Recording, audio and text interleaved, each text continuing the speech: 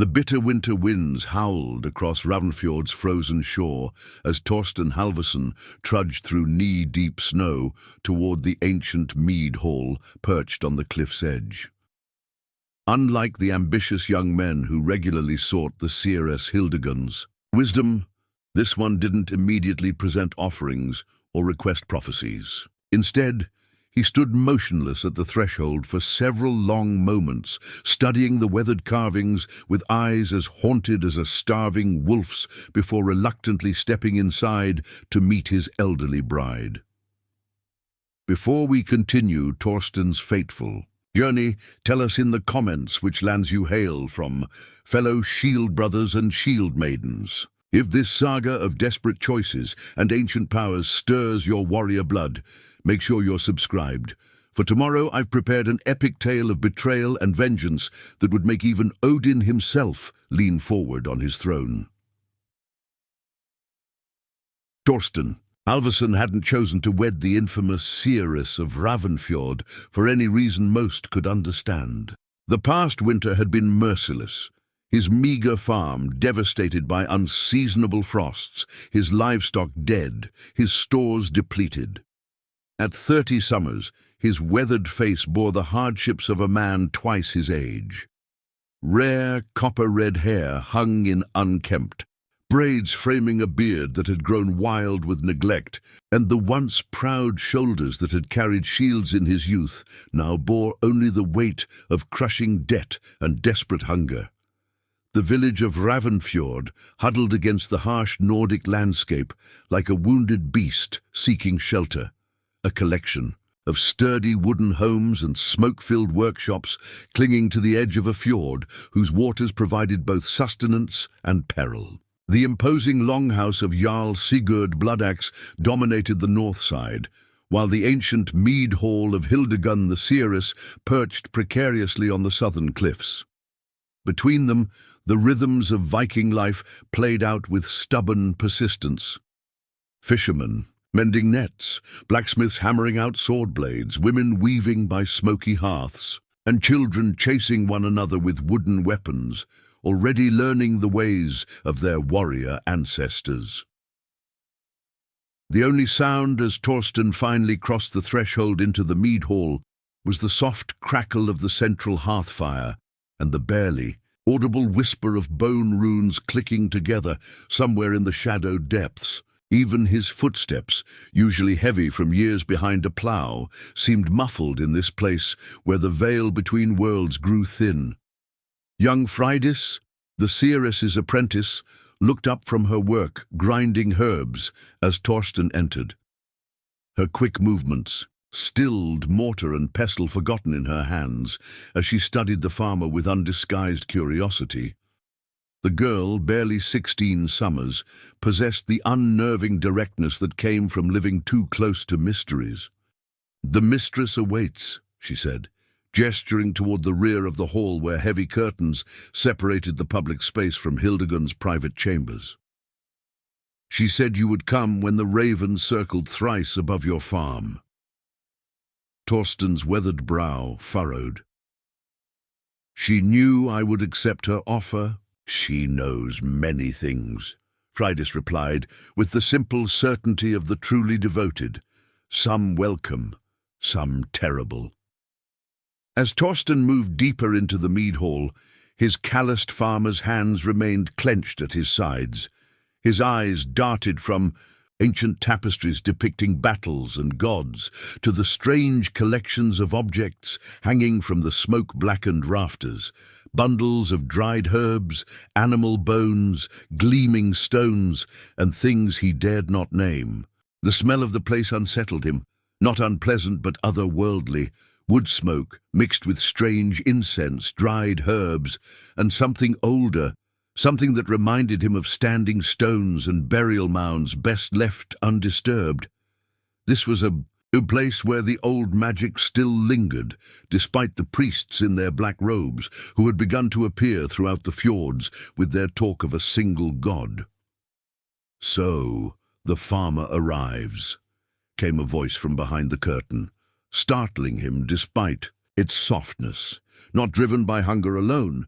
Though your belly aches, the desperation in your eyes speaks of deeper wounds. The curtain parted, revealing not the withered crone Torsten had steeled himself to face, but a tall woman with silver-white hair, elaborately braided and adorned with small tokens of amber and bone. Hildegunn the seeress might have seen 70 winters, but she stood straight as a spear, her movements deliberate and graceful. Only her hands betrayed her age, gnarled like ancient tree roots, adorned with silver rings bearing strange symbols. Her eyes, though, her eyes were what truly unsettled Torsten. Pale blue, almost white, like the heart of a glacier. They seemed to see not just him, but through him, examining the layers of his soul as easily as a weaver separates threads. "Mistress Hildegunn," he managed, the formal address catching in his throat. "I've come about your proposal." "Have you indeed?" she replied, a hint of amusement touching her thin lips. She gestured to a carved chair near the hearth. "Sit. You've walked far with a heavy heart." Torsten remained standing, pride being one of the few possessions he had left. "The village speaks of strange terms. They say you seek a husband, though. You've refused suitors for 50 years. They say you've chosen me, a broken farmer with nothing to offer but calloused hands and failed harvests." The seeress moved to a table laden with clay pots and iron implements. "And what do you say? Torsten Halvorson, son of a warrior who chose the plough over the sword." The mention of his father sent a flush of shame across Torsten's weathered face. "I say that desperate men make desperate bargains. I say that my sister's children grow thinner each day. I cannot provide for them, since her husband fell in the eastern raids. I say," his voice faltered, "I say that I would wed Hel herself, if it meant they did not starve before spring." Hildegunn nodded slowly, as if he had confirmed something long foreseen. Honest words, rare enough in these times. She poured something steaming from an iron pot into a horn cup. "Your father made a worthy choice, though you've been taught to doubt it. There is honor in feeding your people as well as defending them." She offered him the cup, its contents emitting an aroma both sweet and sharp. "Drink. We will speak of terms." Torsten hesitated, well aware of the seeress's reputation. Some said she had learned her craft from Odin himself, trading an eye for wisdom like the All-Father before her. Others whispered darker things, that she had lain with the creatures that dwelled beneath the ancient burial mounds, bearing children who walked between worlds. But hunger and desperation proved stronger than superstition. He took the cup, the liquid burned going down, warming him from within like no ale or mead he had ever tasted. Almost immediately the chronic aches of farm work began to ease from his joints, and the gnawing emptiness of his stomach subsided. "My terms are simple," Hildegunn said, watching him with those unnerving pale eyes. "You will live here as my husband. You will manage the lands that belong to this hall, fields left untended since my last steward passed to Valhalla. You will stand beside me at the things and festivals as is proper, and you will speak respectfully of our union." Torsten's brow furrowed with suspicion. "And in return, surely you don't desire me for the marriage bed?" The words came out harsher than intended, but the seeress merely smiled. "What I desire is my concern, farmer. But no, I do not seek to draw youth from you like marrow from a bone, as some of the tales suggest." She moved to the hearth, the firelight casting her tall shadow against the wall like a looming giant. "In return, your sister's children will never know hunger again. Your farm will be restored come spring, and when you leave this world, whether that be soon or many years hence, you will have restored your family's honor." "What aren't you telling me?" Torsten demanded, the strange drink making him bolder than wisdom advised. "No one offers so much for so little." Something flickered in Hildegunn's glacial eyes, approval, perhaps. "Caution, good. You are not as simple as some believe." She reached into the folds of her elaborate dress and withdrew a small knife with a handle carved from bone. There is one more condition, one drop of your blood given freely each day at sunset, nothing more. The hair on Torsten's neck rose. Blood magic was the oldest kind, the most dangerous. Even the most desperate farmers knew to be wary of such bargains. For what purpose, he asked, his voice dropping to nearly a whisper. To bind our agreement, she replied simply, to ensure that neither of us can break faith without consequence. Before Torsten could respond, a commotion erupted outside the Mead-Hall, the sound of multiple bootsteps and men's voices raised in anger. Freydis appeared at the curtain, her young face tight with concern. Mistress, Jarl Sigurd's son, approaches with his sworn men. They seemed troubled. Hildegunn's expression didn't change, but Torsten noticed her gnarled hands tighten slightly on her staff. Earlier than expected, she murmured, more to herself than to them. To Freydis, she said, bring them in and prepare the ceremonial mead. The young apprentice's eyes widened slightly, but she nodded and disappeared back through the curtain. The seeress turned to Torsten, studying him with an intensity that made him want to step back. It seems the Norns weave faster than even I foresaw. You must decide now, farmer. Once Bjorn Sigurdsson crosses that threshold, our paths diverge forever, either joined or separate. Torsten felt the weight of the moment press down upon him like a physical force. What madness was this, to bind himself to this woman of mysteries and whispered midnight rites? Yet when he thought of his sister's hollow-cheeked children, of the emptiness in their eyes that mirrored the emptiness of their bellies, I accept your terms, he said, the words feeling like stones dropping into still water, sending ripples. He could not yet comprehend. My blood for their future. Something like satisfaction crossed Hildegunn's ancient face. She extended her gnarled hand, the bone knife glinting in the firelight. Without hesitation, before his courage could fail, Torsten pressed his thumb against the blade's edge. A single drop of red welled up, startlingly bright against his work-roughened skin. The seeress caught the droplet in a small clay dish, already inscribed with symbols he did not recognize. So it begins, she whispered, as if summoned by her words. The main door of the Mead-Hall crashed open, admitting a blast of winter air and 4 men, whose bearing marked them as warriors even before one noticed their fine clothing and gleaming weapons. At their head strode Bjorn Sigurdsson, the Jarl's eldest son and heir, a bear of a man whose legendary temper matched his impressive size. "Witch!" he bellowed, his voice filling the Mead-Hall like thunder. "What tales are these that reach my father's ears? You dare to take a husband after refusing the hands of noble-born men for decades?"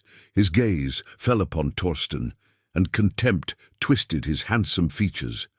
"And this dirt grubber with more calluses than coins? This is your chosen one?" Torsten felt heat rise in his face, but before he could respond, Hildegunn stepped between them, her presence somehow expanding until she seemed to match the warrior in stature, despite her much smaller frame. "Mind your tongue in my hall, son of Sigurd," she said, her soft voice carrying easily through the sudden silence. "I have read your word since before you drew breath. I have watched the threads of your fate tangle and knot through your own choosing. Do not test me further." For a moment, uncertainty flickered across Bjorn's face, a testament to the seeress's reputation, but pride quickly reasserted itself. "My father tolerated your foreign ways and strange practices because the people believe in your sight. But this," he gestured dismissively at Torsten, "this insults our standing. The most revered woman in Ravnfjord, married to a failed farmer who cannot even feed his own kin." One of Bjorn's companions, a lean man with a scar distorting his left eye, leaned forward to whisper something in his leader's ear.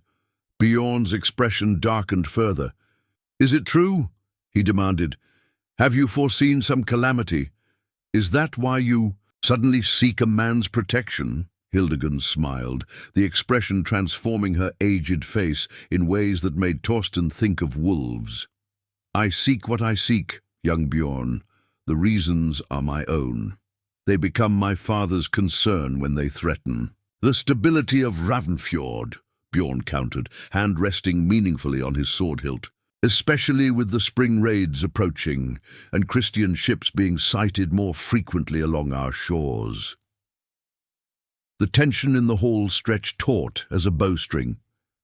Torsten, caught in a conflict he barely understood, felt utterly out of place. Between these two powers, the aging seeress, whose influence came from mystery, and the young warrior whose authority rested on steel and bloodlines. Perhaps, Hildegunn said after a weighted silence, your concerns would be eased if you witnessed our union with your own eyes, as the Jarl's representative. She gestured to where Freydis had appeared with a ceremonial horn adorned with silver and filled with amber liquid. Share our wedding mead, bless our union as is proper, and carry word to your father that all traditions have been observed. Bjorn's eyes narrowed with suspicion. Here? Now? With no preparation or celebration? My husband and I prefer simplicity, Hildegunn replied, placing unexpected emphasis on the word husband as her hand came to rest on Torsten's arm. Surely you would not deny an old woman her happiness in her twilight years. The calculated vulnerability in her voice took Torsten by surprise. This was a side of the Seeress he had not expected, a cunning deployment of perceived weakness. From Bjorn's conflicted expression, the strategy was working. The ceremonies require witnesses beyond your enemies, the warrior grumbled, clearly uncomfortable. Are we enemies, son of Sigurd? Hildegunn asked mildly. I who blessed your birth and foretold your first victory in battle. She gestured toward Freydis and the other servants who had gathered at the commotion. And here are witnesses aplenty. With no cause to lie about what they observe, Bjorn exchanged glances with his companions, clearly weighing his options. To refuse would be to create an open rift with the Seeress, something his father might not thank him for, regardless of his concerns. To agree would at least allow him to witness whatever game she played. Very well, he said finally. Let us see this union blessed properly, as our ancestors demand. What followed was unlike any wedding Torsten had ever witnessed. There were no lengthy negotiations between families, no exchange of bride price or mourning gifts. Instead, Hildegunn herself led the ceremony, speaking the ancient words that would bind them together under the eyes of gods old and new. Freydis brought forth bread, which they shared, coarse and dark, symbolizing the sustenance they would provide one another. Salt followed, a single grain placed on each other's tongues, representing the preservation of their bond through hardship. Throughout it all, Torsten moved as if in a dream, repeating words when prompted, performing the required actions while his mind raced with the enormity of what he was doing. He was barely conscious of the eyes upon him. Bjorn's suspicious glare, Freydis's solemn observation, the curious stares of the servants. Finally, Hildegunn took up the ceremonial horn filled with mead and drank deeply before passing it to Torsten. The liquid tasted of honey and herbs, but underneath lay a strange bitterness that made his tongue tingle. He knew enough of the Seeress's reputation to wonder what else might be mixed into the traditional drink, but it was too late for such concerns. After he drank, she took his hand, her touch surprisingly warm despite her age, and pressed a simple silver ring onto his finger. It was old, the designs worn nearly smooth by time, but he could still make out the shape of a raven etched into the metal. With this ring, I take you as husband, she said, her voice steady and clear enough for all to hear. Your blood is my blood, your fate my fate, from this day until the Norns cut our threads. The traditional response would have been for Torsten to place a ring on her finger in return, but he possessed no such gift. His poverty stood stark in this moment, emphasizing the strangeness of their union. But Hildegunn merely smiled and produced a second ring from within her robes, this one appearing to be made from the same silver but adorned with symbols he did not recognize. "He places this upon my hand," she announced, pressing it onto her own gnarled finger.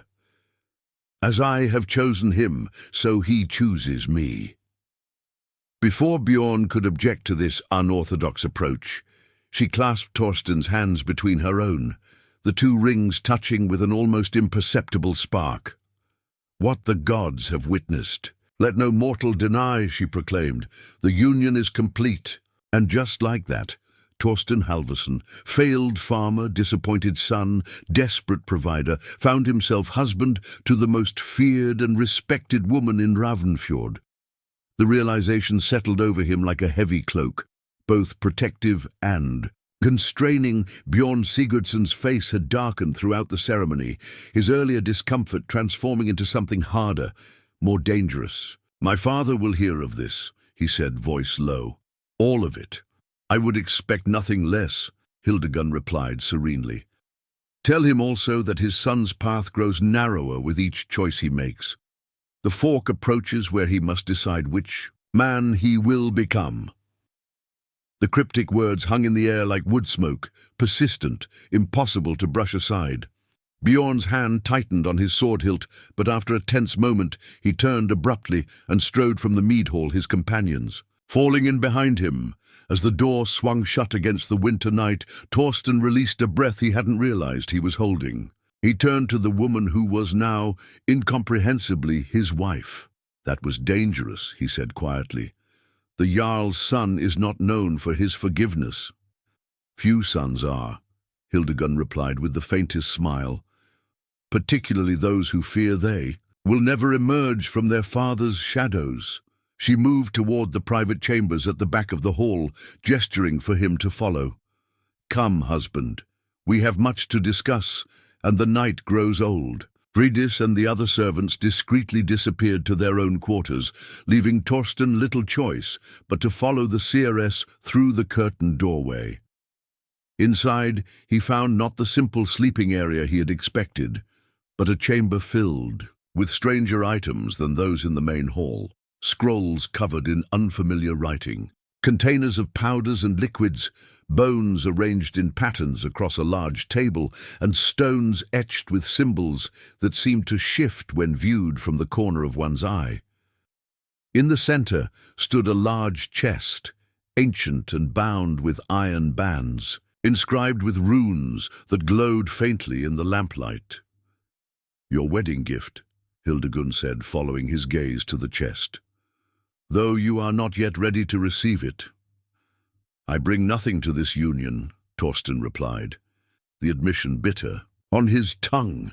The seeress turned to him, those unsettling pale eyes seeming to glow in the dim light. "You bring exactly what is needed, Torsten Halvorson, no more, no less." She gestured to a simpler side chamber. "You will sleep there. Your blood oath is satisfied for today, but tomorrow at sunset we begin our true work." "And what work is that?" he asked, suddenly overwhelmed by the strangeness of his situation. Hildegunn's expression grew serious, the earlier performance of vulnerability entirely gone. "The work of preparing for what comes. War approaches from across the sea, wearing a cross as its banner. Change sweeps through the fjords like a storm tide, and beneath the earth, older powers stir from their slumber." She stepped closer, close, enough that Torsten could see the web of fine lines across her face, the absolute clarity in her unnerving eyes. "You asked what I wasn't telling you," she said softly. "The truth, Torsten Halvorson, is that I did not choose you for your strong arms or your failing farm. I chose you because in my visions I saw you standing at a crossroads where the fate of these lands will be decided. I saw you with a key in your hand, a key to unlock something long forgotten." She gestured to the rune-carved chest. "When the time comes, you will open what has been sealed. You will speak what has been silenced, and you will either save our people or doom them entirely." The weight of her words pressed down on Torsten like a physical force. This was madness. He was a simple farmer, not a hero of sagas. He opened his mouth to protest, but the certainty in her ancient eyes, stopped him. "Rest now," she said, her tone softening slightly. "Tomorrow we begin preparing you for what must come." As Torsten retreated to the small side chamber, his mind reeled with the day's events. In the space of a few hours, he had gone from destitute farmer to husband of the most powerful seeress in the region, and apparently unwitting participant in some greater design he couldn't begin to comprehend. He sank onto the surprisingly comfortable bed, the silver ring heavy on his finger. Outside, the winter wind howled against the ancient Mead-Hall, carrying with it the promise of storms to come. But whether those storms would bring destruction or cleansing, Torsten could not yet know. He only knew that he had stepped onto a path from which there could be no return, and somewhere in the main chamber he could hear Hildegunn's voice, raised in a low, rhythmic chant, the words strange yet somehow familiar, like something remembered. From a dream or a warning, the first week of Torsten's strange marriage passed in a blur of unfamiliar rituals and uncomfortable adjustments. Each sunrise found him waking on the narrow bed in his separate chamber, momentarily disoriented before remembering the bargain that had brought him to this ancient Mead-Hall perched above the fjord. Each sunset found him presenting his thumb to Hildegunn's bone knife, watching his blood drip into vessels marked with symbols whose meanings remained beyond his understanding. Between these blood rituals, he worked the Seeress's lands with the same determined focus he had once given his own failed farm. The fields surrounding the Mead-Hall had indeed been neglected, but the soil beneath the snow proved surprisingly rich. With the help of two silent men who appeared at dawn on his third day, former warriors missing eyes or limbs from raids gone wrong, now in Hildegunn's service, Torsten began the laborious process of preparing for spring planting. The village of Ravnfjord regarded his new position with a mixture of suspicion, envy, and superstitious awe. Children who had once played freely around him now darted away when he approached. Men who had shared mead with him at summer festivals now made warding signs when they thought he wasn't looking. Only the women seemed unchanged, regarding him with the same practical assessment they gave any man, though he noticed they now addressed him with a formality that acknowledged his elevated station as the Seeress's husband.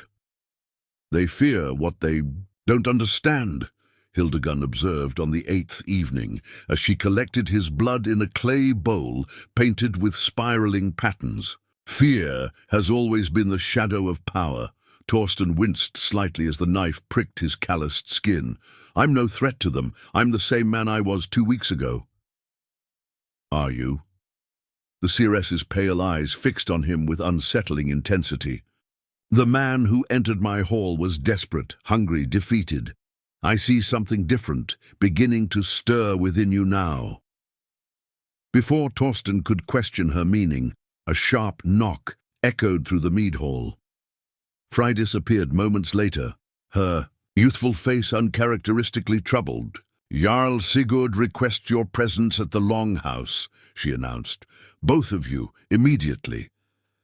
Hildegunn's expression revealed nothing as she carefully sealed the blood-filled bowl and placed it on a high shelf among dozens of similar vessels. Has the Jarl forgotten that custom dictates requests for a Seeress's presence come with proper offerings and 3 days' notice?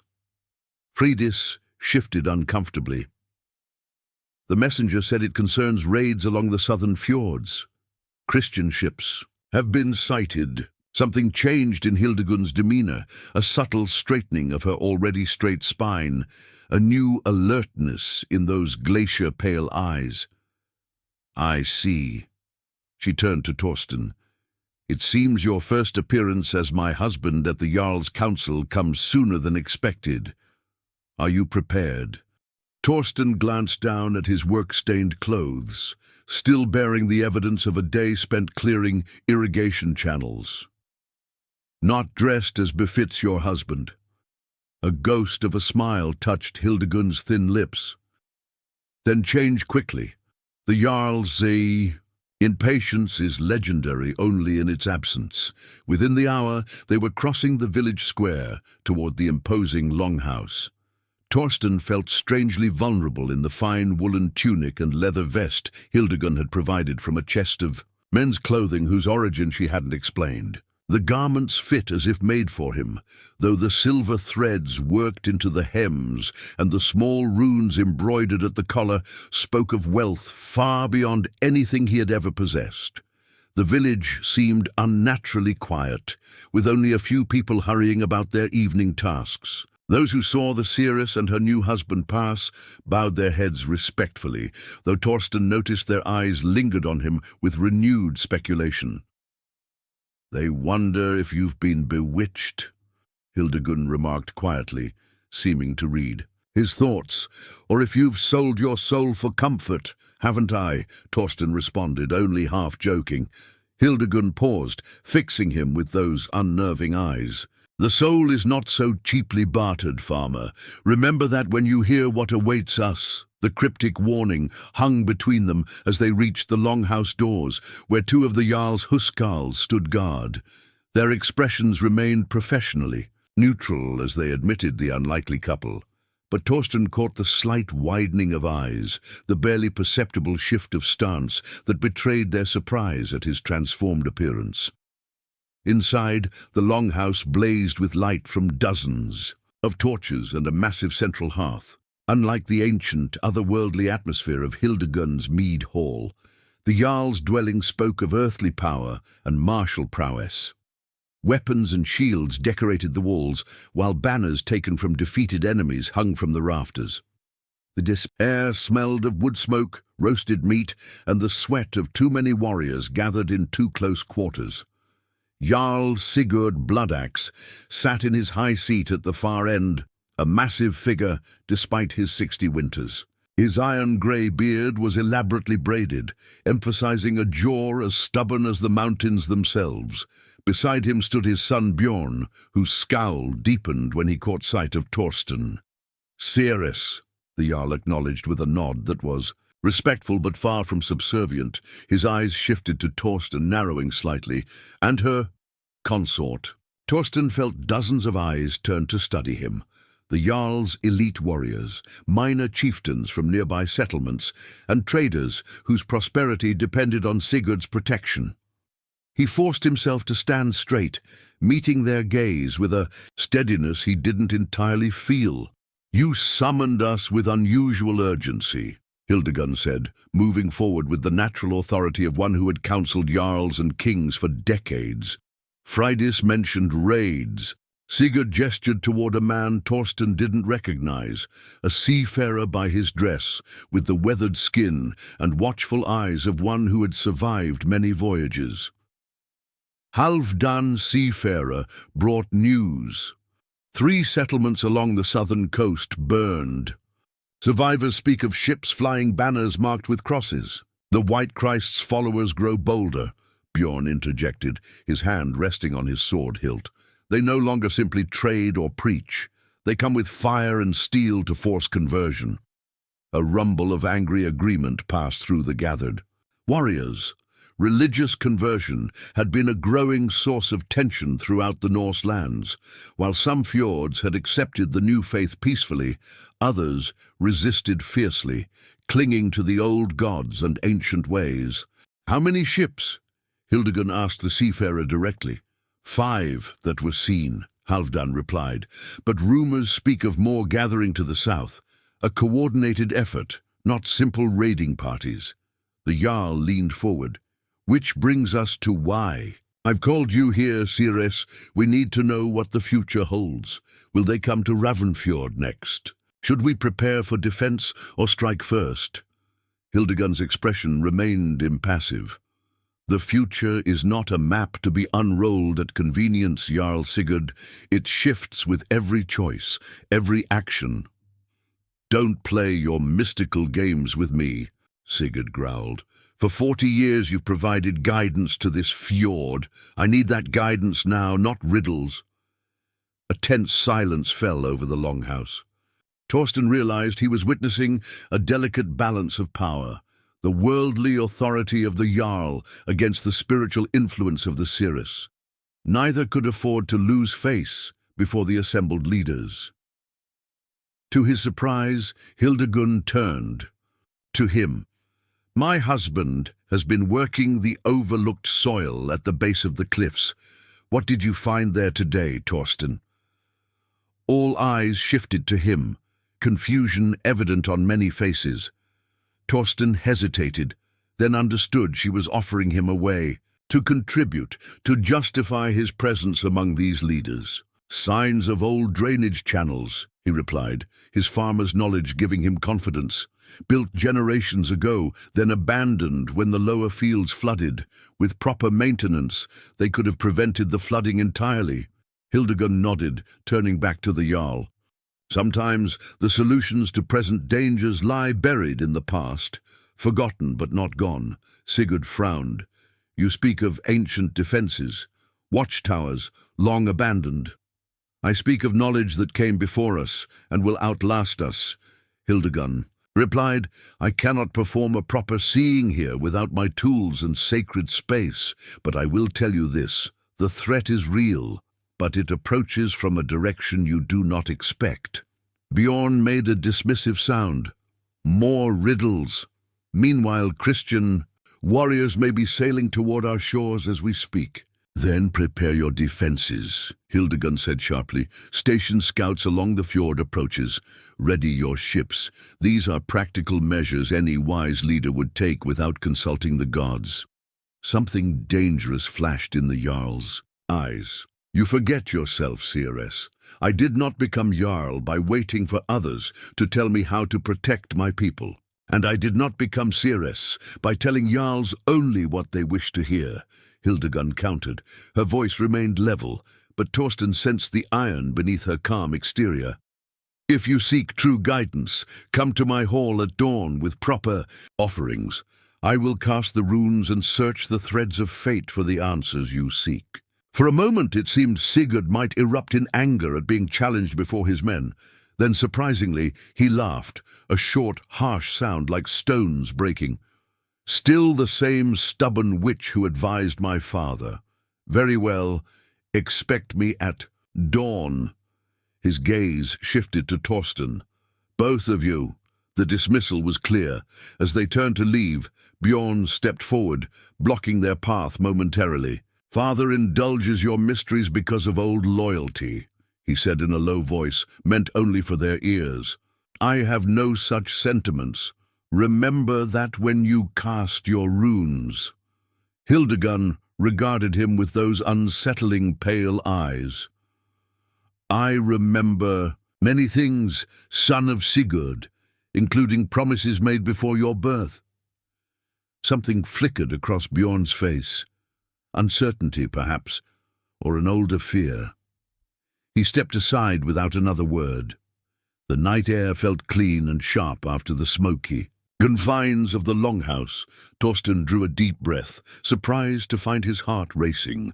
He had stood in the presence of the region's most powerful men, not as a supplicant farmer, but as the Seeress's consort.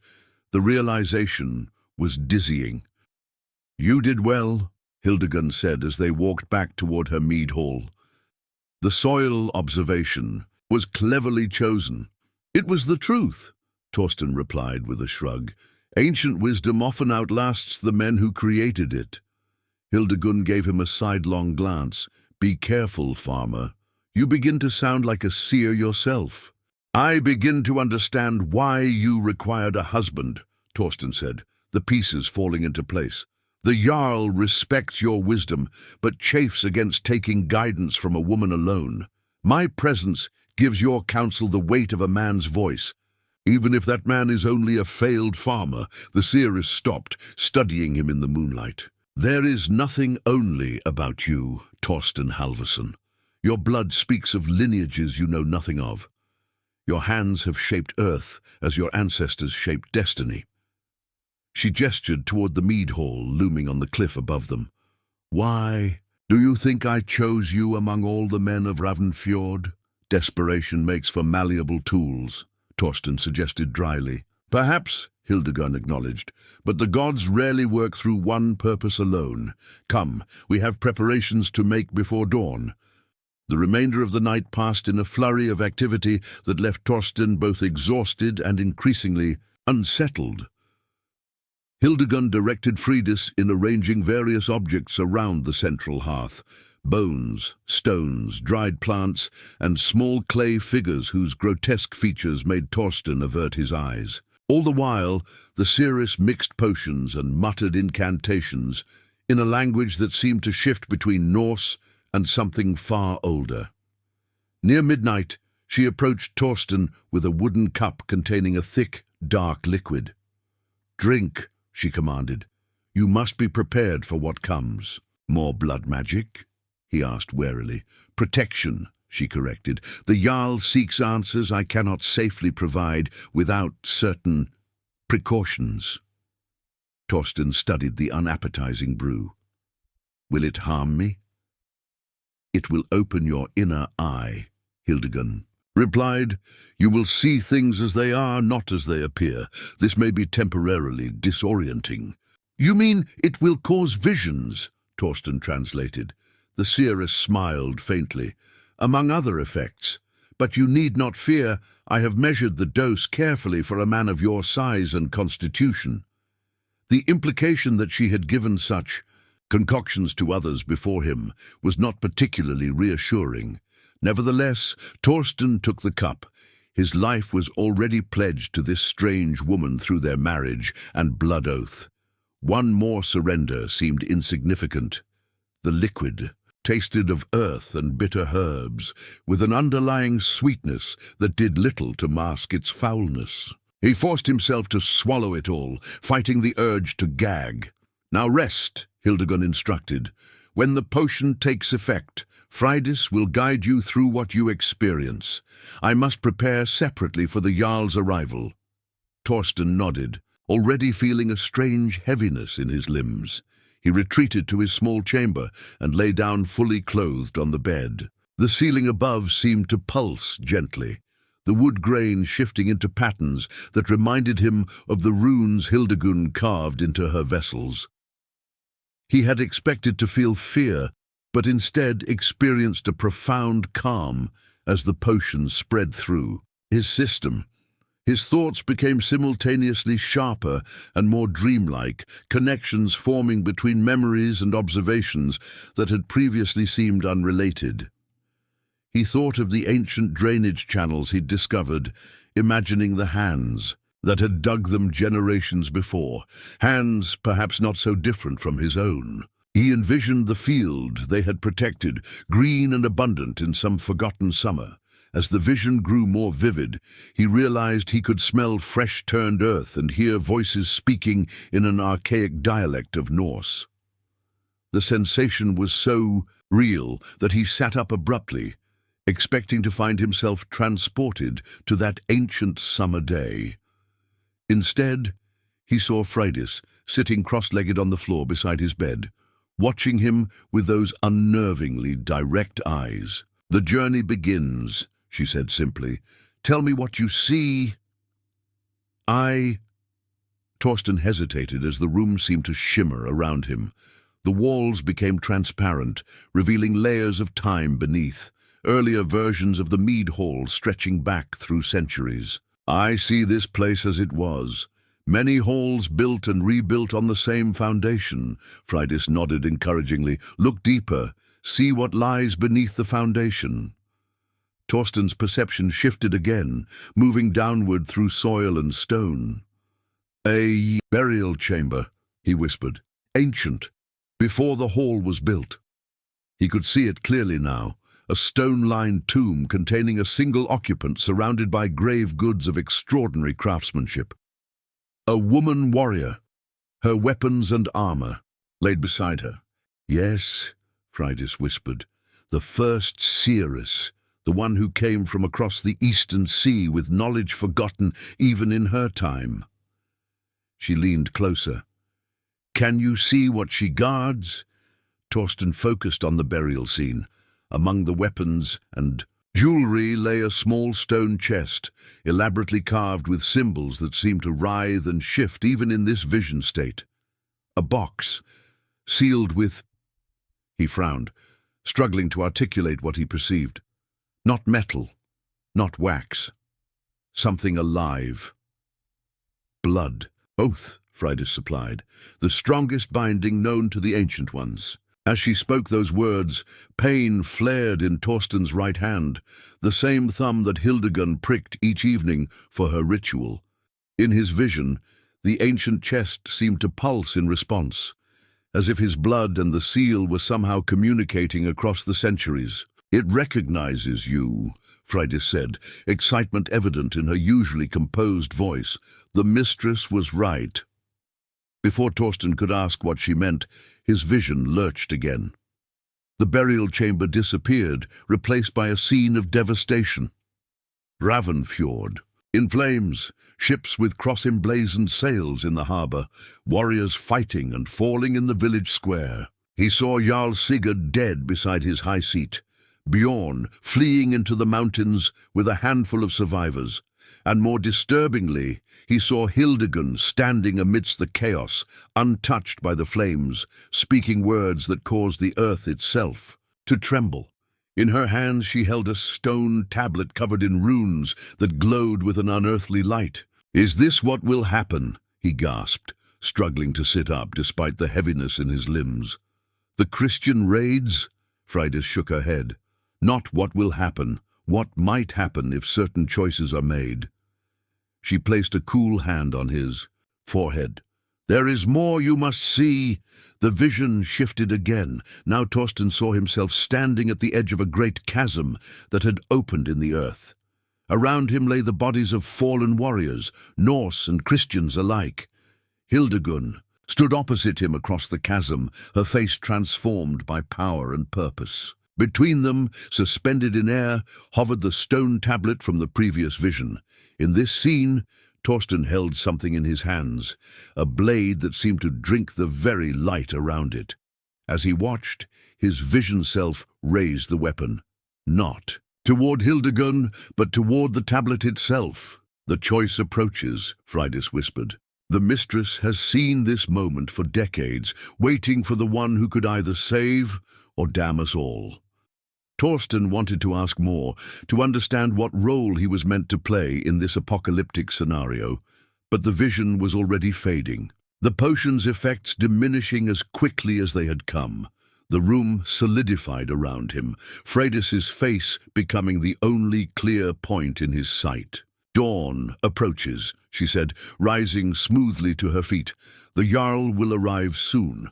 Rest while you can. The mistress will need your strength for what comes next."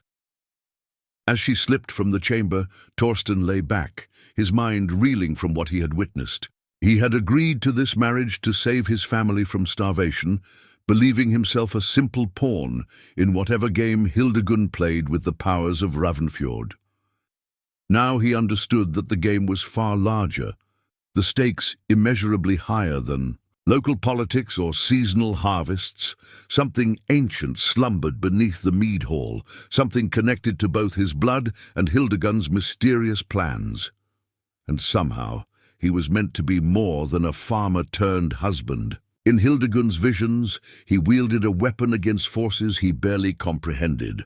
Outside, the first birds began their morning songs. Torsten rose, splashed cold water on his face from the basin, and prepared to face whatever new strangeness the day would bring. One thing was certain: the life he had known was gone forever, replaced by mysteries whose depths he was only beginning to fathom. Dawn arrived with a crimson sky that made the fjord waters look like blood. Torsten stood at the entrance of the Mead-Hall, watching as Jarl Sigurd approached on horseback, flanked by his son and 3 of his most trusted warriors. The Jarl had respected Hildegunn's demand for proper offerings. A servant led a black goat behind them, its coat gleaming in the early light. "The red dawn is an ill omen," muttered Freydis, appearing silently beside Torsten. "Blood in the sky means blood on the ground before sunset." Torsten glanced at the young apprentice. After the visions of the previous night, he found himself regarding her with new wariness. Does Hildegunn believe in such simple signs? I thought her powers ran deeper than farmers' weather lore. The mistress reads many signs, Freydis replied. Some simple, some profound. The wise hunter tracks both the bear's massive prints and the subtle disturbance of berries on a bush. Before Torsten could respond, Hildegunn emerged from the shadowed interior of the Mead-Hall. Her appearance startled him. Gone was the imposing but recognizably human woman he had married. In her place stood a figure of ancient power, adorned with bones and amber, her silver hair unbound and flowing past her waist. Her face was painted with symbols in blue woad and red ochre, transforming her features into something both beautiful and terrible. The Jarl approaches with blood offering and warrior's escort, she intoned, her voice carrying an otherworldly resonance. The time of seeing comes. Are you prepared, husband of my choosing? Torsten fought the urge to step back from this transformed version of his wife. What is required of me? Stand witness, speak truth, offer blood when called.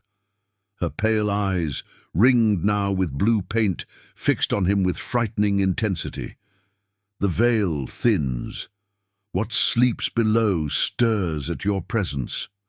The cryptic words sent a chill down Torsten's spine, reminding him of his vision of the ancient burial chamber beneath the Mead-Hall. He wanted to ask more, but the Jarl's party had reached the entrance. Sigurd dismounted with the fluid grace of a warrior half his age.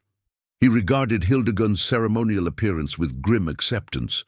Clearly he had witnessed her in this. Guise before. We come seeking wisdom, he stated formally, gesturing toward the goat, blood offering freely given. Enter and be welcome, Hildegunn replied, stepping aside. The gods await your questions. The interior of the Mead-Hall had been transformed overnight. The tables were pushed against the walls, creating an open space around the central hearth. The fire burned with unusual colors, greens and blues flickering among the normal orange flames. Around it, Hildegunn had arranged 13 stone markers, in a pattern Torsten didn't recognize. The 13 seats of the gods, Bjorn muttered to one of his companions, though loud enough for Torsten to hear. The old witch clings to ways even my grandfather found outdated. If Hildegunn heard the disrespectful comment, she gave no sign. She directed the servant to tether the goat near the hearth, then gestured for the men to form a circle around the stones. The seeing requires witnesses, she explained, her painted face solemn in the strange firelight. But witnesses bring their own fates, their own threads to the weaving. Choose carefully where you stand. Something in her tone made Torsten study the stone markers more carefully. Each bore different runes, worn smooth by age and countless hands. He recognized some from his limited knowledge. Ansus for wisdom, Turisas for chaos, Hagalas for disruption. Others remained mysterious, their meanings lost to all but scholars and seers. Instinctively, he positioned himself near a stone marked with Jarl, the harvest rune. It seemed fitting for a farmer, even one caught in circumstances far beyond his. Understanding, Hildegunn moved to the center of the circle, a bone knife identical to the one she used for Torsten's blood rituals in her hand. With practiced efficiency, she sliced the goat's throat, catching its lifeblood in a large wooden bowl painted with spiraling designs. The animal died quickly, with barely a sound. The seeress dipped her fingers in the fresh blood and began marking. Each of the 13 stones, chanting in that shifting language Torsten had heard the night before, words that seemed to hover between Norse and something far more ancient. As she completed the circuit, the fire flared suddenly, reaching toward the roof beams. Shadows danced across the walls, not just the shadows of those present, but others, shaped like men and women in archaic clothing, moving with purpose around the edges of the gathering. The ancestors come to witness, Hildegunn announced. The Past rises to inform the present. She turned to Torsten, holding out the blood-filled bowl. Husband of my choosing, bound by oath and purpose. Your blood must join the offering. All eyes turned to him. Torsten felt the weight of judgment from the Jarl and his warriors.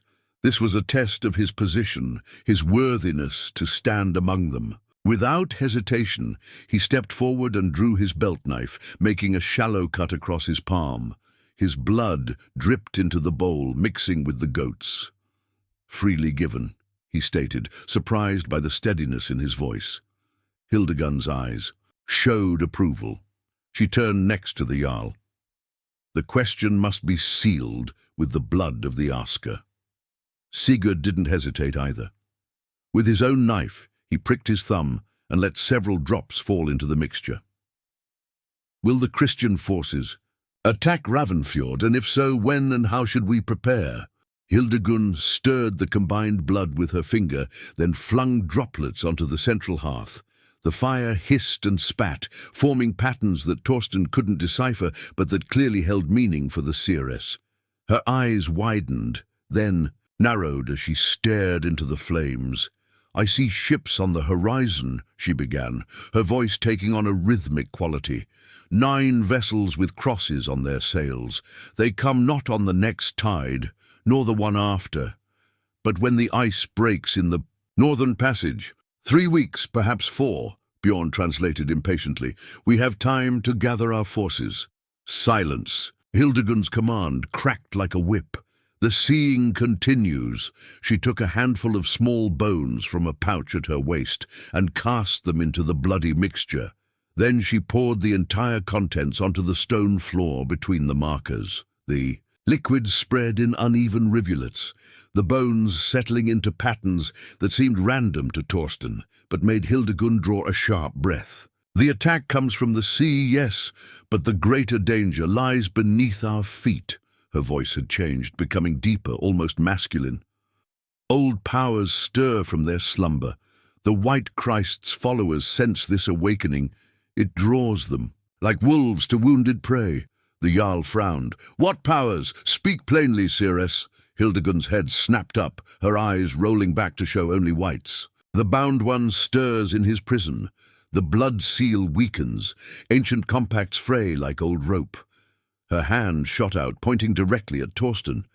His blood calls to what sleeps below. His line descends from those who sealed the chamber. A murmur ran through the warriors. Torsten stood frozen, remembering his vision of the burial chamber and the strange chest sealed with blood magic. What madness is this? Bjorn demanded, his hand moving to his sword hilt.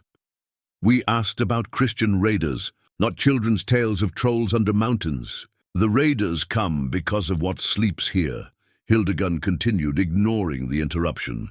Their seers have dreamed of the power beneath Ravnfjord. They come not just for conversion, but for containment. They fear what might be unleashed. Fire flared again, and this time Torsten could swear he saw faces in the flames, ancient weathered visages staring out at the gathered witnesses with expressions of warning or entreaty. The old gods fade, Hildegunn intoned. Their strength wanes as belief turns to the White Christ. But older things than gods sleep in the earth of our ancestors, things bound by blood and oath before Odin hung himself on Yggdrasil. The atmosphere in the Mead-Hall had grown oppressive, the air thick with smoke and tension. The shadows on the walls moved more actively now, as if agitated by Hildegunn's words. Suddenly, the seeress stiffened, her back arching unnaturally. When she spoke again, her voice was not her own. It rumbled from deep in her chest, a sound no human throat should produce. The rune of unbinding lies hidden where only the blood-sworn may find it.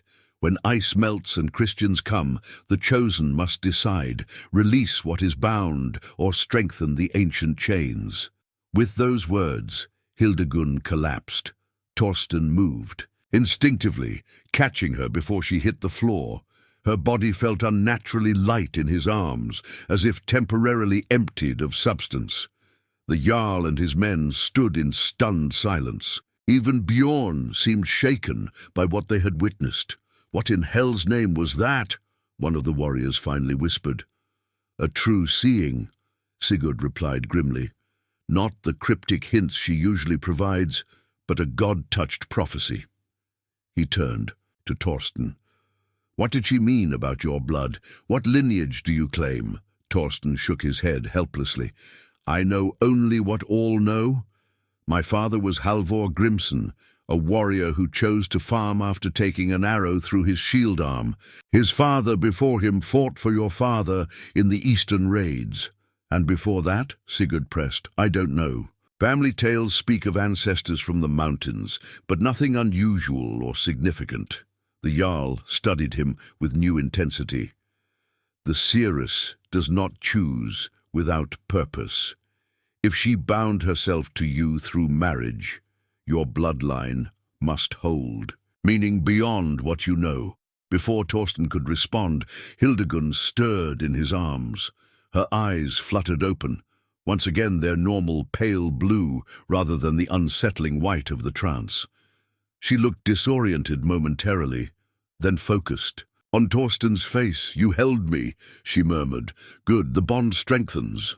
Freydis appeared with a cup of water, helping the seeress to sit up and drink. Some of the ceremonial paint had smeared, making Hildegunn look strangely vulnerable, despite the power she had displayed moments before.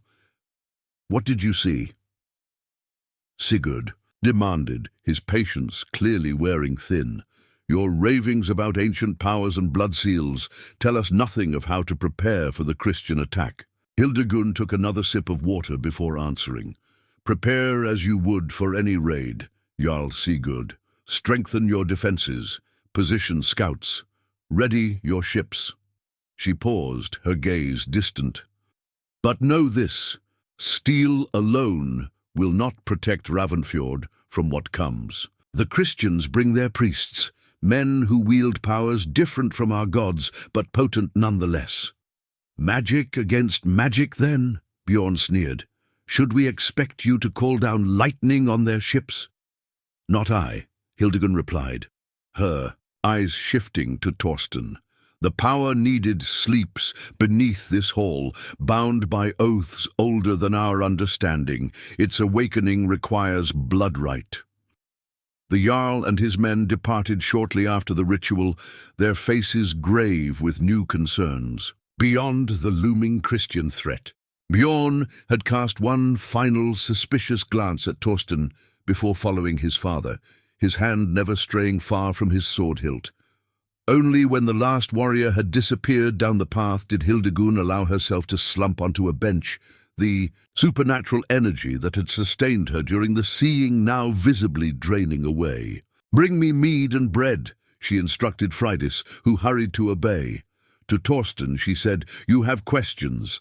Ask them now, while the veil remains thin and my sight remains clear." Torsten paced the circumference of the stones, careful not to disturb the blood patterns drying on the floor. "You spoke of my bloodline, of ancestors who sealed some chamber." He stopped, facing her directly. "What am I to you? Not a husband in truth, not merely a farmhand for your fields." Hildegunn accepted the horn of mead from Freydis, drinking deeply before answering. The ceremonial paint on her face had begun to crack, revealing the aged skin beneath. "6 generations ago," she began, "when the great-grandfather of Sigurd's grandfather was Jarl of these lands, a ship arrived from the eastern seas. It carried no ordinary raiders, but travelers from a land far beyond the reach of most Norse vessels. They brought with them objects of power, items that should have remained buried in their homeland." She gestured toward the floor beneath them. "Among these treasures was a rune stone unlike any seen in our lands. It contained knowledge from the time before gods walked among men, when greater powers ruled the earth and sky." Torsten frowned. "What has this to do with me?" The ship's captain was Egil Stone-Eye, called thus for the strange color of his gaze. "The same winter-grey shade that marks your eyes, Torsten Halvorson." She wiped a streak of paint from her cheek. "The same eyes, that have appeared in your line ever since, though rarely and only in those destined for greatness or destruction. The revelation hit Torsten like a physical blow. His distinctive eye color had always set him apart, earning him both admiration and suspicion throughout his life. His father had shared the trait, as had his father's aunt before him. "You're claiming, I'm descended from these eastern travelers. That's impossible. My family has farmed these lands for generations." After what happened, yes, Hildegunn agreed. When disaster struck, when what they carried awakened and threatened to destroy all it touched, the survivors abandoned their quest and took up humble lives, hiding their lineage to escape blame for the devastation. She gestured for him to sit beside her.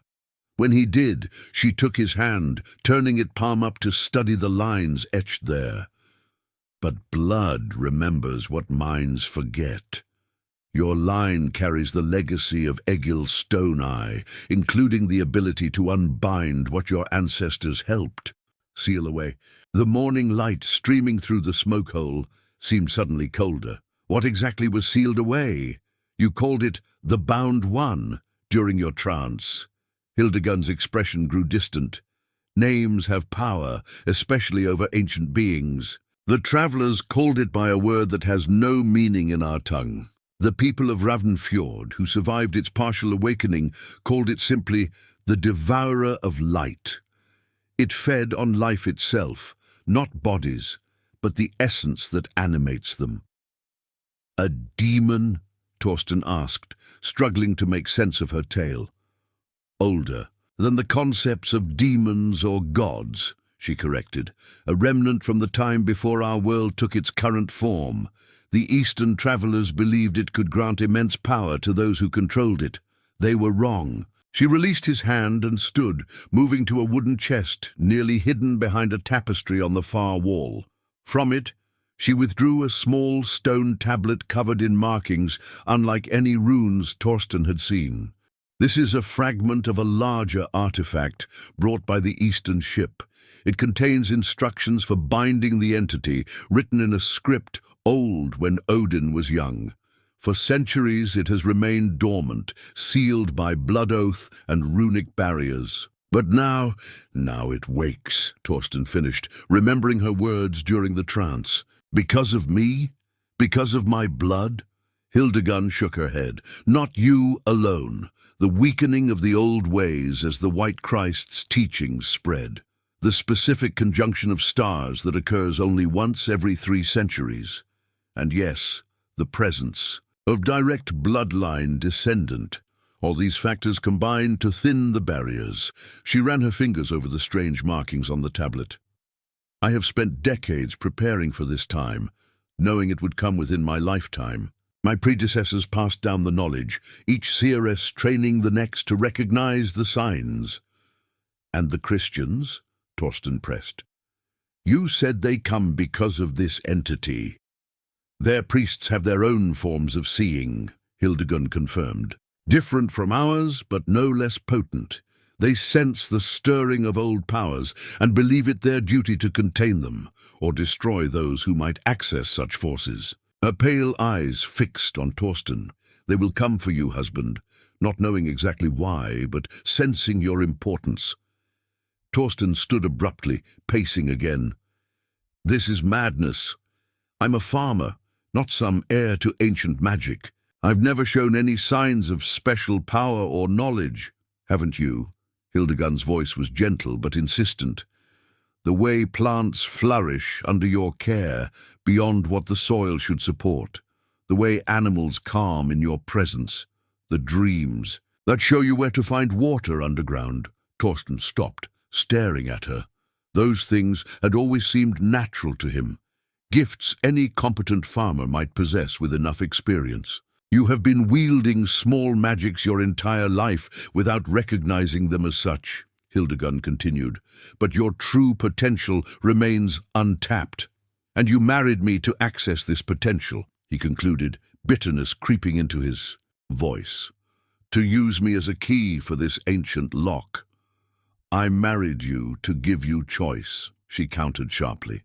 Had I simply told you these truths when you first came seeking aid for your starving family, would you have believed me? Or would you have dismissed me as a mad old woman weaving tales to entertain herself?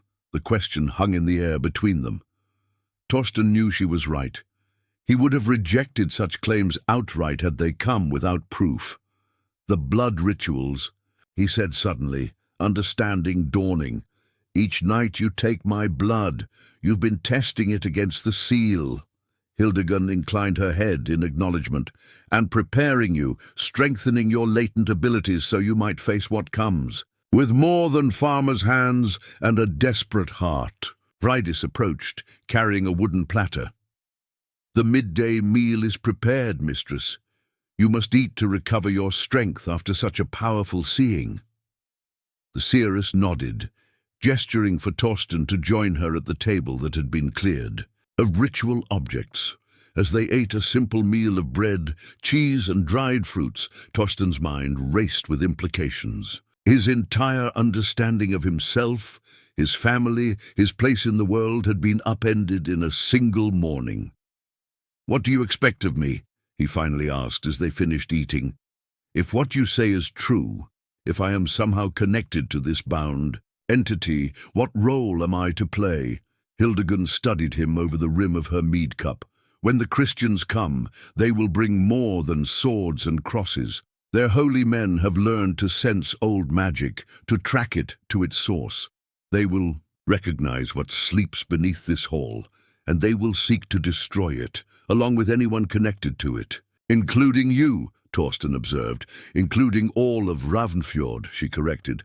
"Such men do not discriminate once they believe a place tainted by what they call dark forces." She set down her cup and leaned forward. "You have two paths before you, Torsten Halvorson. You can flee, take your sister and her children and travel far from these lands. Your blood connection would fade with distance, perhaps allowing you to escape notice. And the second path? You embrace your heritage. You learn what I can teach you of the old magics that run in your veins.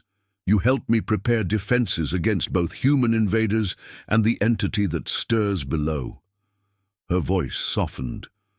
"Neither path guarantees survival. Both require courage." Torsten stared into the hearthfire, watching the normal orange flames that had replaced the eerie colors of the ritual. "And what of the rune you mentioned during your trance? The rune of unbinding hidden where only the bloodsworn may find." A shadow seemed to pass over Hildegunn's face. "That is the third path, one I would not recommend. The rune could indeed be used to fully unleash what is bound, to break the seals entirely. Why would anyone want that? Power," she said simply. "If controlled, and that is a significant if, the entity could grant its controller abilities. Beyond mortal understanding, some would risk destruction for such a prize. And where is this rune hidden?" Hildegunn shook her head. "I do not know its exact location. The knowledge was deliberately kept from each seeress to prevent temptation. I know only that it lies somewhere in this hall, accessible only to one of the bloodline who sealed it, your bloodline." Torsten pushed away from the table, needing space to think. The weight of these revelations pressed down on him like a physical burden. 3 weeks until the Christian ships might arrive. 3 weeks to decide his path and prepare for whatever came after. "I need air," he said abruptly. "I need to think." Hildegunn nodded, understanding in her ancient eyes. "Go, walk the cliffs. Let the wind clear your thoughts. But return by sunset. Your blood oath must still be fulfilled, and we have preparations to begin, regardless of which path you choose." Torsten strode from the Mead-Hall without another word, gulping the cold, clean air like a drowning man breaking the surface. The sky had cleared since dawn, revealing a piercing blue expanse that seemed to mock the chaos of his thoughts. He followed the path along the cliff edge, the distant crash of waves against rocks providing a rhythm to accompany his troubled reflections. His entire identity had been built around being a simple farmer, son of a warrior who chose peace, brother to a woman who had lost her husband to violence. Now he was supposedly heir to ancient powers, descendant of mysterious Eastern travelers, key to unlocking forces beyond comprehension. As he walked, he noticed villagers working on the docks below, preparing fishing boats and readying larger vessels for potential battle. News of the seeress's prophecy had clearly spread. Men moved with the purposeful energy of those preparing for war, while women gathered on the shore, mending nets and speaking in worried clusters. These were his people, neighbors he had known his entire life. What would happen to them if Christian invaders came? What would happen if the mysterious entity beneath the Mead-Hall fully awakened? And most troubling of all, what role would Torsten Halvorson, failed farmer turned prophesied key, play in their fate? The following days passed in a blur of preparation and revelation. Torsten rose before dawn each morning to work Hildegunn's fields, finding strange comfort in the familiar rhythm of physical labor. By midday, he would return to the Mead-Hall where the seeress awaited with ancient texts, strange concoctions, and knowledge that slowly peeled away his understanding of the world like bark from a birch tree. "Your blood holds memory," she explained. On the third day, mixing his daily contribution with herbs in a shallow stone bowl. "Not your memory, but that of your ancestors. Through it, we can access what they knew, what Egil Stone-Eye knew about the entity beneath our feet." Torsten watched skeptically as she added drops of something that smelled of sea and storm. If that were true, wouldn't I already know these things? Wouldn't my father have known? "The knowledge sleeps until awakened," Hildegunn replied, stirring. "The mixture with a bone needle, like embers buried in ash, waiting for breath to kindle flame." She instructed him to drink the mixture, which tasted of salt and copper and something indefinably ancient. Within moments, his vision blurred, and the Mead-Hall around him seemed to dissolve, replaced by the swaying deck of a longship cutting through unfamiliar waters. He could feel spray on his face, hear orders being shouted in a dialect he somehow understood, despite its strangeness. At the ship's prow stood a man with Torsten's build, but wilder appearance, hair and beard red as fire, eyes the same winter grey as his own. Around the man's neck hung a stone pendant carved with the symbol Torsten had glimpsed on Hildegunn's tablet. "Egil Stone-Eye," he whispered, though no one in the vision could hear him. The scene shifted, showing the ship approaching a fjord that Torsten recognized as Ravnfjord, though with fewer buildings and no proper docks. Egil and his crew carried ashore chests bound with iron and symbols that seemed to crawl across the metal even as Torsten watched. Another shift revealed the ancient version of Hildegunn's Mead-Hall, newly built on the cliff. In its center, Egil and robed figures performed a ritual around something that Torsten's mind refused to fully perceive, a shape that hurt his eyes to look upon, that seemed to absorb the very light around it. Then screaming, villagers fleeing as darkness spilled from the Mead-Hall like liquid smoke, men and women falling where the darkness touched them, their bodies withering, life force visibly draining away. Finally, Egil and 3 surviving companions, their faces grim with determination, performing a blood ritual around the now contained entity. Torsten watched as they cut their palms, pressing bloody handprints onto the stone floor in a pattern that still existed beneath the current Mead-Hall's floorboards. "With our blood, we bind you," they chanted in that strange dialect. "With our lineage, we chain you, until the stars return to their appointed places, remain sealed in darkness." The vision ended abruptly, leaving Torsten gasping on the floor of the Mead-Hall, his heart racing as if he had physically experienced the events. "You saw," Hildegunn stated, not a question but a confirmation. "I saw," Torsten agreed, shakily accepting the water Freydis offered. "The binding, the entity breaking free, the deaths." He looked up at the seeress with new understanding. "It killed dozens before they contained it. And it will kill hundreds if freed again," she said, helping him to a bench. Perhaps thousands, if it reaches beyond Ravnfjord. Its hunger has grown during its imprisonment.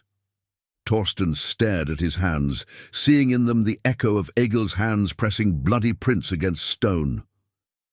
The binding used the blood of 4 men. Why do you need only mine now? Because you carry all 4 bloodlines, Hildegunn explained. After the binding, the survivors intermarried with local families. Over generations, those separate lines converged. In you, the revelation settled over Torsten like a heavy cloak. That's why you chose me, not just because I'm desperate and malleable, but because I'm the only one who could renew the binding. Hildegunn nodded, something like sympathy in her ancient eyes. The entity stirs as the celestial alignment approaches. The binding weakens, without renewal through blood oath from all 4 original lines, which only you can provide. It will eventually break free. And the rune of unbinding? The one you mentioned during your trance? The seeress's expression darkened. A fail-safe, created by Egil himself. Should the entity ever need to be destroyed rather than merely contained, the rune of unbinding could be used to release it under controlled conditions, making it vulnerable to certain weapons. What weapons could possibly destroy something like that? Egil brought 2 items of power from the eastern lands, the entity itself, and a blade forged specifically to slay it. She gestured toward the carved chest Torsten had noticed on his first night in the Mead-Hall. That chest contains the blade, passed down through generations of seeresses waiting for the moment of need. Night after night, as the time of the Christian arrival drew closer, Torsten's training continued. Hildegunn taught him to focus his innate connection to growing things, to extend his awareness into the soil beneath the Mead-Hall. She showed him how to sense the barrier that contained the ancient entity, a shimmering wall of power maintained by the blood oath of his ancestors and reinforced by generations of seeresses, and he could feel it weakening, like ice thinning under spring. Son, the Christians will arrive within days, Hildegunn announced 2 weeks after the Jarl's visit. Their ships have been sighted beyond the southern islands. Torsten sat cross-legged on the floor, practicing the rune-tracing exercises she had taught him. How many? 9 vessels, as the vision showed. Perhaps 200 warriors. Her pale eyes fixed on him with unnerving intensity. The time for decision approaches, husband. Will you flee with your family, or will you stand and face what comes? Torsten set aside the rune stone he had been studying. You know I can't leave, not now that I understand what's at stake. He had come to this realization days ago, though he had not spoken it aloud until now. If this entity breaks free, nowhere will be safe. Not for me, not for my sister's children, not for anyone. Something like approval flickered in Hildegunn's face. Then we must prepare for the renewal ritual. It must be performed at moonrise on the night of the celestial alignment. 3 days from now, the same night the Christians are expected to attack, Torsten noted grimly. Yes, their seers have foreseen the same opportunity we prepare for. They come not just to convert, but to ensure the entity remains bound by destroying everyone connected to it, including us. That night, unable to sleep, Torsten found himself drawn to the main hall. Moonlight filtered through the smoke hole, casting ethereal patterns across the floor. As he paced, his footsteps seemed to awaken echoes from the ancient wood, whispers. Just below the threshold of hearing, a particular floorboard near the central hearth creaked differently from the others. Kneeling, Torsten ran his hand over its surface, feeling warmth where there should be none. Something called to him from beneath that board, a pull he felt in his blood rather than his mind. Acting on instinct more than thought, he pried up the board. Beneath it lay a small hollow containing a single stone about the size of his palm. Even in the dim light, he could see the rune carved into its surface, a symbol he had never seen before but somehow recognized. The rune of unbinding. I wondered, When you would find it. Torsten turned to find Hildegunn standing in the shadows, her white hair gleaming in the moonlight. She looked older tonight, the weight of her 70 years visible in every line of her face. "You knew it was there?" he asked, still holding the runestone. "I sensed its presence, but could not locate it. Only bloodkin to Egil could find it." She moved closer, studying the rune's design without touching it. "Now you must decide its fate, and ours." Torsten stared at the ancient symbol, feeling its power vibrating against his skin. What would happen if I used this? If I unleashed the entity, but then used Egil's blade against it? "Success would mean the threat ended forever," Hildegunn said, quietly. "Failure would mean death for all of Ravnfjord, perhaps beyond. The entity in its freed state moves like mist and drains life with a touch. And if we simply renew the binding, the entity remains imprisoned but still exists. Future generations will face this same choice when the stars align again." She sighed, suddenly looking every day of her age. "This is the burden of knowledge. Torsten, there are no easy paths, only choices between different kinds of danger." The next day, scouts reported the Christian ships had established a base on a nearby island. They would reach Ravnfjord by the following sunset, exactly when the ritual to renew the binding must take place. Jarl Sigurd called a war council, gathering all fighting men in the longhouse. Torsten attended alongside Hildegunn, the runestone, hidden in a pouch at his belt, its weight a constant reminder of the choice before him. "We will meet them at the harbour," Sigurd declared, pointing to positions on a map spread before them. "Our ships will form the first line of defence. Should they break through, warriors will engage them on the shore." Bjorn, standing at his father's side, eyed Torsten suspiciously. "And what of the witch and her farmer? What protection will they require for their ritual?" The question carried clear skepticism. Despite the Seeress's respected position, many warriors remained doubtful about the importance of magical workings compared to steel and strategy. "We need only ensure the Mead-Hall remains undisturbed until moonrise," Hildegunn replied. "After that, either our work succeeds or nothing else will matter." The final day arrived with ominous red skies. Torsten spent the morning with his sister and her children, ensuring they were safely hidden in caves above the fjord with other non-combatants. His young nephew clung to him, somehow sensing the gravity of events unfolding. "Will you come back, uncle?" the boy asked, his small fingers gripping Torsten's tunic. Torsten knelt, meeting the child's eyes. "I will do everything in my power to keep you safe," he promised, carefully avoiding a direct answer he couldn't honestly give. His sister embraced him, whispering, "Whatever happens, whatever choice you make, know that you saved us when no one else would." She pressed something into his hand, a small wooden carving of Mjolnir, Thor's hammer, worn smooth from years of handling. "Father gave this to me before he died. Let it remind you of your strength."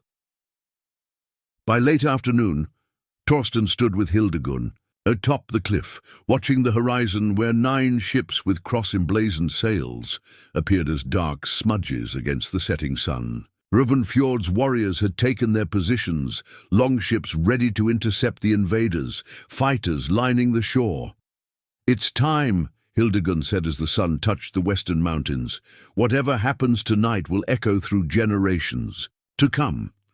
They entered the Mead-Hall, where Freydis had prepared everything needed for the ritual: herbs, blessed water, ceremonial instruments. At the center of the room, the floorboards had been removed to reveal the ancient stone floor beneath, still bearing the faded handprints of Egil and his companions. As darkness fell, sounds of battle reached them, the clash of wood and metal. As ships engaged, war cries carrying across the water. Hildegunn worked with focused intensity, arranging ritual components, while Torsten cleared his mind as she had taught him, extending his awareness downward, feeling the ancient barrier that contained the entity. It was weaker than ever, pulsing with unstable energy as the celestial alignment approached. Beneath it, he sensed something vast and hungry stirring, reaching tendrils of awareness upward, like a prisoner testing the bars of its cell. "The moment approaches," Hildegunn announced, handing him the bone knife. 4 cuts, 4 bloodlines, 4 bindings renewed. Torsten held the knife, feeling its weight in his palm. In his other hand, hidden from Hildegunn's view, he clutched the rune of unbinding. 2 paths stretched before him: renew the ancient prison and pass this burden to future generations, or risk everything to end the threat permanently. The sounds of battle grew closer. The Christian forces had reached the shore. "They bring their priests," Hildegunn said suddenly, her eyes distant with second sight. 3 holy men with silver crosses and blessed water. They sense the power beneath us and come to cleanse what they do not understand. Torsten made his decision. "Open the chest," he commanded, a new authority in his voice. "Show me Egil's blade." Hildegunn's pale eyes widened. "You choose to attempt destruction rather than containment. I choose to end this threat, not pass it to my sister's children or their children after them." He held up the rune of unbinding. "Egil created both prison and key. He must have believed there was a reason to include the possibility of release." For a long moment, Hildegunn studied him, something like pride mingling with fear in her ancient face. Finally, she nodded and moved to the carved chest, speaking words of power that made the runic locks disengage. The lid opened, revealing a blade unlike any Torsten had seen, dark metal that seemed to absorb light rather than reflect it, its surface etched with symbols similar to those on the stone tablet. Its hilt was wrapped in leather that looked freshly worked, though it must have been centuries old. "The Twilight Blade," Hildegunn breathed, "forged in lands far to the east, quenched in the blood of beings older than mankind." She carefully lifted it, revealing its surprising lightness despite its size. "Legend says it can sever the connection between spirit and form, forcing entities into physical manifestation where they become vulnerable." Torsten took the blade, feeling a strange resonance as his fingers closed around the hilt, as if the weapon recognized him as kin to its original owner. "The unbinding ritual requires precise timing," Hildegunn warned. "Release too early, and the entity escapes before we can trap it. Too late, and the Christian priests may interrupt us before the deed is done." Outside, the clash of battle grew louder. Ravnfjord's defenders were being pushed back toward the village. "Show me what to do," Torsten said. Decision made. The ritual began with Hildegunn chanting in that ancient tongue, while Torsten positioned himself at the center of the revealed stone floor. Following her instructions, he placed the rune of unbinding on the exact spot where the entity was sealed, then knelt beside it, the twilight blade ready in his hand. "When I give the signal," Hildegunn instructed, "place your bleeding palm on the runestone and speak the words I taught you. The barrier will dissolve. The entity will attempt to escape as mist. You must force it to corporeal form with the blade before it fully manifests." The chanting continued as moonlight streamed through the smoke hole, illuminating the ancient handprints on the floor. Outside, the sounds of fighting had reached the village center. Time was running short. "Now!" Hildegunn cried as the moon reached its zenith. Torsten slashed his palm with the bone knife and pressed his bleeding hand against the rune of unbinding. "By blood begun, by blood undone," he intoned, feeling power surge through him like lightning. "What was bound I now release, what was hidden I now reveal, what was formless take form before me." The stone floor cracked with a sound like thunder. Dark mist began to seep upward through the fissures. Not smoke, but something that seemed to devour light itself, leaving absolute darkness in its wake. Torsten raised the twilight blade, its metal now glowing with blue-white energy, and brought it down in a sweeping arc through the gathering darkness. The blade met resistance, as if cutting through flesh rather than mist. A shriek pierced the air, not a sound made by human throat, but something older, alien, a frequency that made Torsten's bones vibrate and his vision blur. The mist coalesced, forced by the blade's magic into physical form. What stood before them defied description, a being of angles that shouldn't exist, limbs that bent in impossible ways, a face that was not a face, but a void that pulled at Torsten's sanity. It towered to the ceiling, its form constantly shifting as if struggling to maintain coherence in a reality that rejected its existence. "Strike at its center!" Hildegunn cried, her voice strained as she maintained a barrier around the Mead-Hall to prevent the entity's escape.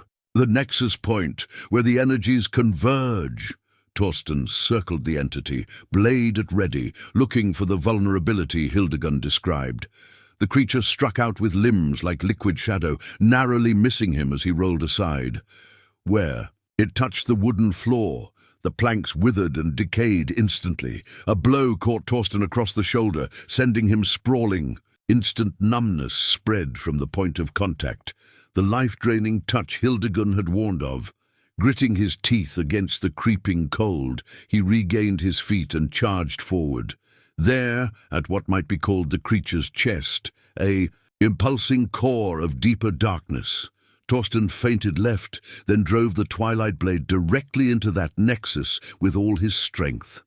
The entity's shriek rose to an unbearable pitch. Light erupted from the wound, not the darkness it had exhibited, but pure, searing radiance that forced Torsten to shield his eyes. The creature thrashed, its form beginning to dissolve, not into mist, but into motes of light that scattered and faded. As quickly as it had appeared, the entity was gone, not escaped, but truly destroyed, leaving behind only a scorched pattern. On the stone floor where it had stood, Torsten fell to his knees, the twilight blade still clutched in his trembling hand. Exhaustion swept through him, along with a sense of completion so profound it brought tears to his eyes. "You did it," Hildegunn whispered, her own strength nearly spent from maintaining the containment barrier. "6 generations of burden ended by your hand." Before they could say more, the Mead-Hall door burst open. 3 men in dark robes stood framed in the doorway, silver crosses held before them like shields. Behind them, Bjorn and several warriors waited with drawn weapons. "The evil is vanquished," the foremost priest declared in accented Norse, lowering his cross as he sensed the absence of the ancient power. "We felt its passing." "Not by your hand," Hildegunn replied, drawing herself up despite her exhaustion. The priest studied the scene, the cracked floor, the scorched pattern, Torsten kneeling with the strange blade. "No," he acknowledged with surprising humility. "Not by our hand, but gone nonetheless." Bjorn pushed forward. "What sorcery is this? The battle still rages in the village, yet you claim some greater victory here." Torsten rose slowly, feeling older than his years, yet somehow lightened. "The true enemy is defeated. What happens now on the shore is merely men fighting men, a conflict that can end with words rather than blood, if wisdom prevails." The priest conferred quickly with his companions, then turned to address both Vikings and the Christian warriors behind him. "Our mission was to ensure the ancient darkness remained sealed or was destroyed. If this has been accomplished, we have no quarrel with your people." Hours later, as dawn broke over Ravnfjord, an uneasy truce had been established. The Christian force had withdrawn to their ships but remained in the harbour.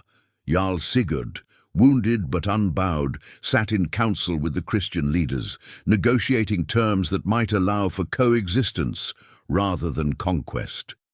Torsten stood on the cliff outside the Mead-Hall, watching the sunrise paint the fjord in gold and crimson. Hildegunn joined him, moving with the stiffness of one who had expended power that would take time to replenish. "What happens now?" he asked, feeling strangely directionless with the threat eliminated and his purpose fulfilled. "Now, life continues," she replied simply. "Fields must be tended, children raised, seasons marked with appropriate rituals." She glanced at him with those pale eyes that had seen so much. "The question is whether you wish to continue as my husband in truth, rather than just name." Torsten studied this woman who had transformed his understanding of himself and the world.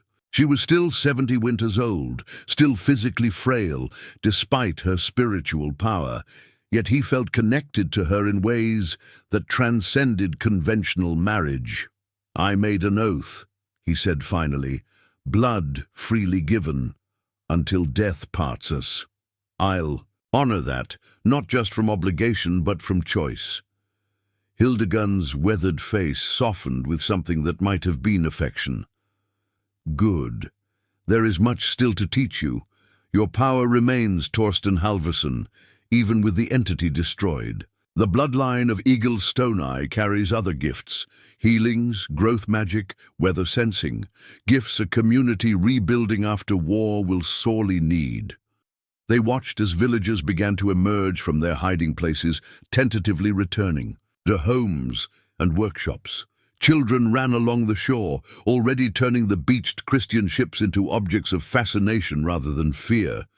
Life reasserting itself in the wake of chaos, as it always did. "My sister's children will never go hungry again," Torsten said, remembering his original motivation for this strange marriage. "That much I've accomplished." "You've done far more," Hildegunn corrected. "You've ended a cycle of imprisonment and threat that has hung over this fjord for generations. You've opened a path for peaceful coexistence with the followers of the White Christ, and you've discovered strengths within yourself that will serve this community for years to come." She took his hand, her gnarled fingers surprisingly warm against his calloused palm. Not bad for a failed farmer who once thought himself worth less than the crops he couldn't grow. Torsten squeezed her hand gently, a smile finding its way to his lips for the first time in longer than he could remember. The rising sun caught his winter-grey eyes, turning them silver like his ancestors had been. Below in the village, new stories were already being whispered. Tales of the poor farmer who had married the ancient Seeress and saved Ravnfjord from both human invaders and darker powers. Stories that would grow and change with each telling, becoming legend over generations. But the truth was simpler and more profound than any saga could capture. A desperate man had found purpose beyond survival. A burden carried for centuries had finally been set down, and a future previously unimaginable now stretched before them, filled with possibility. The twilight blade had been returned to its chest, no longer needed but preserved for future generations to remember what had been. Faced and overcome, the rune of unbinding had dissolved in the confrontation, its purpose fulfilled, and Torsten Halvorson, once defined by failure and hunger, now stood as husband to the Seeress, protector of Ravnfjord, and heir to ancient magics that would help his people navigate the changing world around them. It was, he decided, as he gazed out over the fjord, not a bad outcome for a desperate bargain made in the depths of winter. If this saga of ancient powers and desperate choices has stirred your Viking blood, brave warriors, make sure to join our shield wall by subscribing to the channel. Many more tales of courage, magic, and Norse adventure await on our journey together. Through the 9 realms, until our paths cross again, may Thor's strength guard your arm and Odin's wisdom guide your way.